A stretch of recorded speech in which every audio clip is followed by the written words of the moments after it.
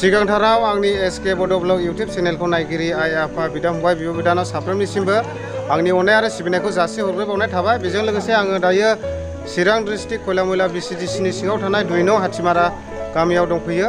बिथांमोना बेबायदिनो 1968 मायथाइनिफ्राय इसोरखौ सिबिजेननानै दायो फैयै फैयै बिथांमोना दायो 50 इयार्स जाबोबाय। बेनि थाखाय दायो गल्डेन जुबुलि खुंदों। दायो नायलांबाय थानो हागोन, नोंथांमोना आंनि चेनेलनि गेजेरजों नुलांजोबगोन। नोंथांमोना निस्सय भिडिअखौ स्किप खालामालासे नायलांगोन होननानै आसा थिनाय थाबाय। अब्ला फारियै नायलांदो लोगोफोर, मा रोखोम बिबारफोरजों साजायनानै दोनदों आङो नोंथांमोननो सिगांग्रो दिन्थिनाय जागोन। मा रोखोम बबेयाव साजायनानै दोनदों नोंथांमोना नायलांबाय था, आङो दिन्थिगासिनो दङ। ओरैबायदि समायना रमायना बिबारफोरजों साजायनानै दोनदों, नै नायलांबाय थानो हागोन।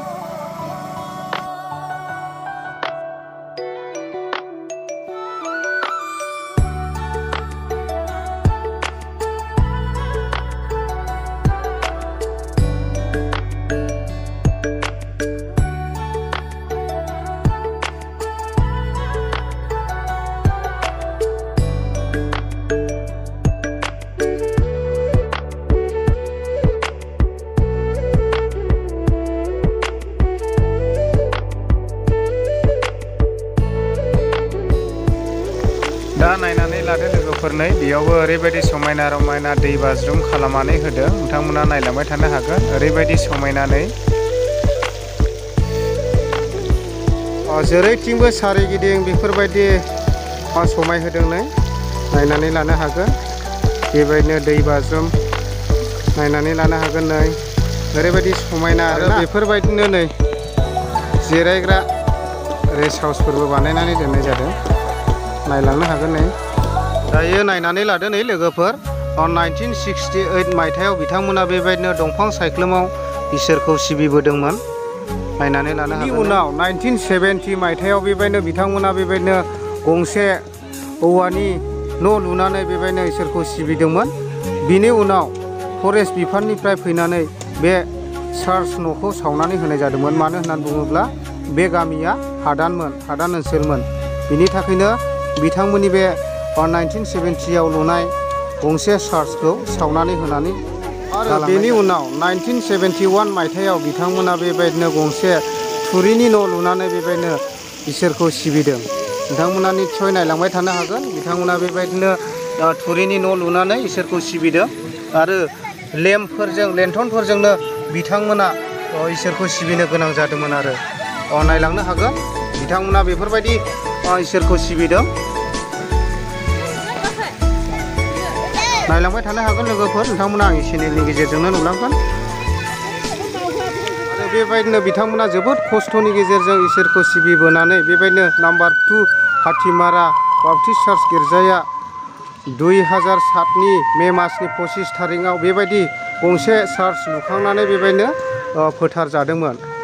दायो बिथांमोननि बे चार्चआ स्टार्टिंनिफ्राय लानानै बेबायदिनो फैयै फैयै दायो 50 इयार्स जानानै फैबाय। बेबायदिनो 50 इयार्स जानायजों लोगोसे बिथांमोना बेबायदिनो गाजा गोमजायै मोनसे गल्डेन जुबुलिखौ खुंदोंमोन। नोंथांमोना निस्सय नायलांबाय थानो हागोन। बिथांमोना बेबायदिनो जोबोद मोजां सिनारिफोरजों बिबारफोरजों समायफबहोदों। नोंथांमोना निस्सय नायलांबाय थानो हागोन। नै बेफोरबायदि समायना रमायना बिबारफोरजों बेबायदिनो जेरैथिंबो समायफबहोदों आरोना।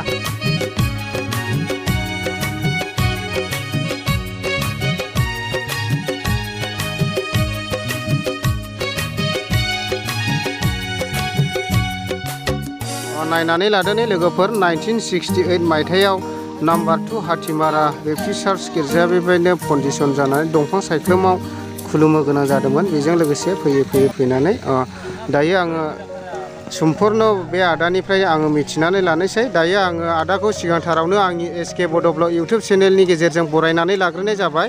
बेजों लोगोसे आङो दायो आदानाव फंनैसो खोथा सोंनोसै।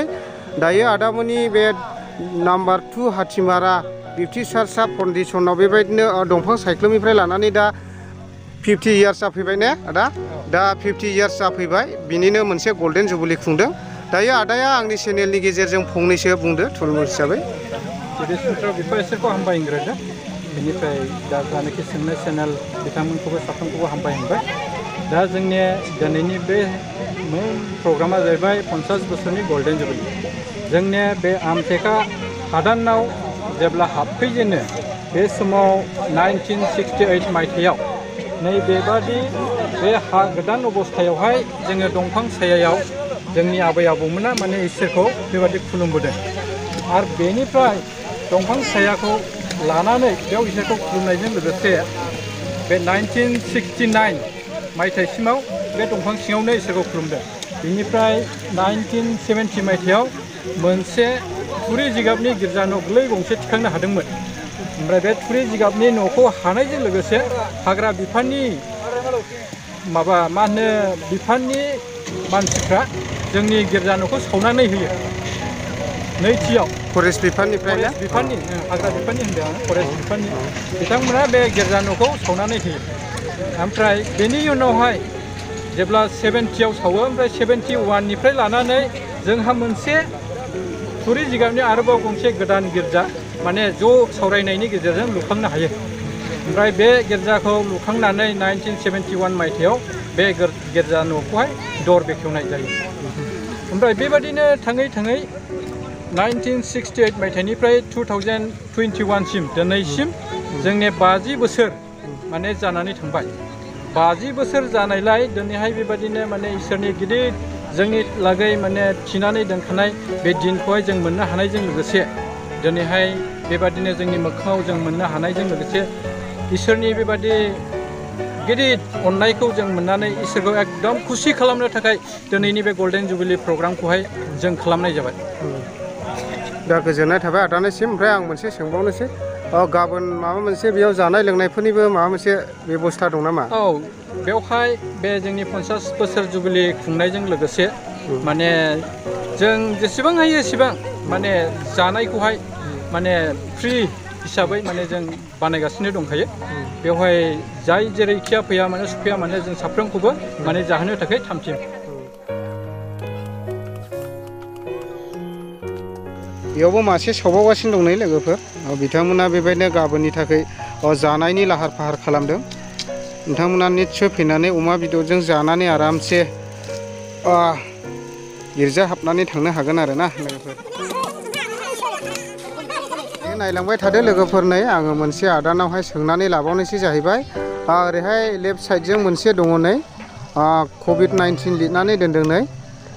आङो दायो बेयाव मानि थाखाय लिरनानै दोनदों आरो आदानि गेजेरजोंनो मिथिना लानोसै। ओरैहाय रेस्ट हाउस नै आदा, बेयावहाय मोनसे COVID-19 लिरनानै दोनदों, बेबा मानि थाखाय? बेखौहाय माने दानि बे COVID-19नि बेलायावहाय जोङो माने एसे साबधानै सोलिनो थाखाय माने बेवहाय जोंनि मोनसे NGO बे डिपार्टमेन्टनिफ्राय बेखौहाय हरदों।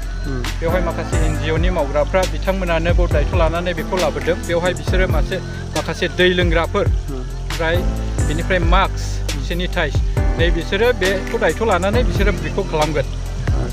ओमफ्राय बे ओरैनो जाबाय मोनसे जोंनि जेसेबां माने जों इन्टेलेक्सुवेल मानसिफोरखौ हांख्रायदों बिथांमोनखौ जों जिरायहोनो थाखाय बेखौ रेस्ट हाउस बानायनाय जाबाय।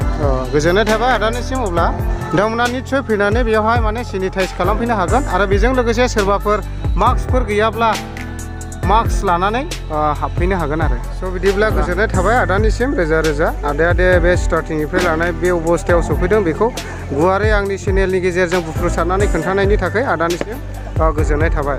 थेंक इउ सै। दायो आङो नोंथांमोननो पेन्डेल सिङाव मा रोखोम साजायदों आङो दिन्थिनो थांगासिनो दङ। वाव, जोबोद समायना साजायदों। सारिगिदिं जेरैबो बिबार होदों नै, नायलांनो हागोन। बिथांमोना बेबायदिनो 1968 मायथाइनिफ्राय लानानै फैयै फैयै बेबायदिनो दायो 50 इयार्स जाफैबाय। बिनिनो बिथांमोना दायो गल्डेन जुबली खुंदों। नायनानै लानो हागोन नै लोगोफोर। बे गल्डेन जुबलीयाव बेबायदिनो बे गामिनि गोबांथार सुबुंफोरा बे बुहुमनिफ्राय रुंसारि जानानै थांबायबो जानो हागौ। बिथांमोना लोगो मोनाखिसै आरो जायफोरा बे गल्डेन जुबलीखौ लोगो मोनबाय बिथांमोननि थाखाय बेबायदिनो सुभाग्य बुंनानै लानो गोनां जायो। जोबोद खाफाल गोनां, मानोना बिथांमोना बेयाव रंजानो मोनबाय। नायनानै लानो हागोन नै।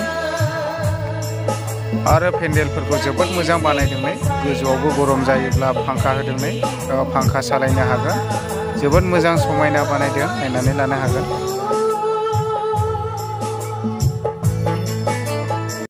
अब्ला लोगोफोर भिडिअआ बेखिनियानोसै। नोंथांमोना जुदि भिडिअखौ नायनानै मोजां मोनदोंब्ला लाइक होदो आरो बेजों लोगोसे कमेन्ट खालामदो आरो जुदि चेनेलाव सोरबाफोर गोदानब्ला साबस्क्राइब खालामदो आरो खाथियाव थानाय बेल आइकनखौबो थुनानै होदो।